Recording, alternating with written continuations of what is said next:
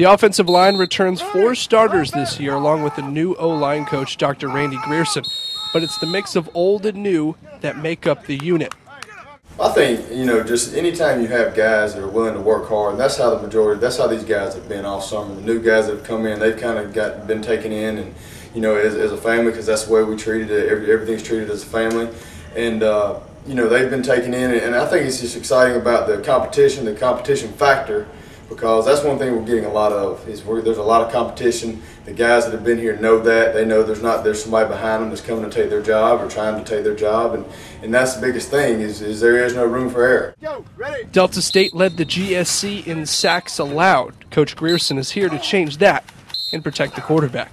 There's a little saying I tell them: we inspect what we expect. If we expect to give up no sacks, then we got to inspect what it's going to take to do that, to not give up sacks. And that's one thing I'm going to preach that I preach day in and day out.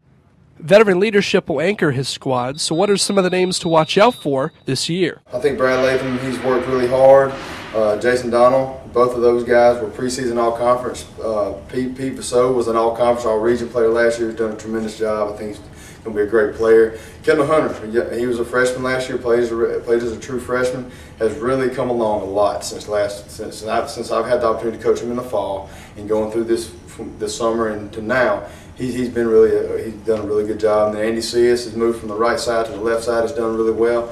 I think that Philip Yandell, a guy that came in from Southwestern College, I think he's going to be a real good addition.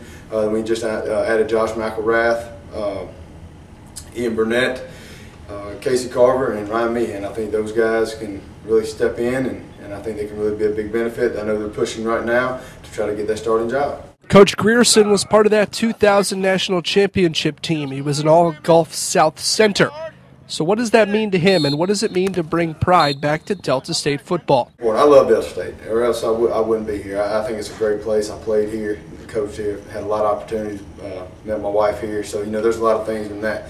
And the football side of it, we preach. I do not ever preach about winning a conference championship. Everything is built around what is it going to take to win a national championship. There's a lot of things we do they hate, they don't like it, it's uncomfortable for them, and that's why I do it. It's to make sure that they understand the same thing I had to go through. We had to pay prices that other people didn't.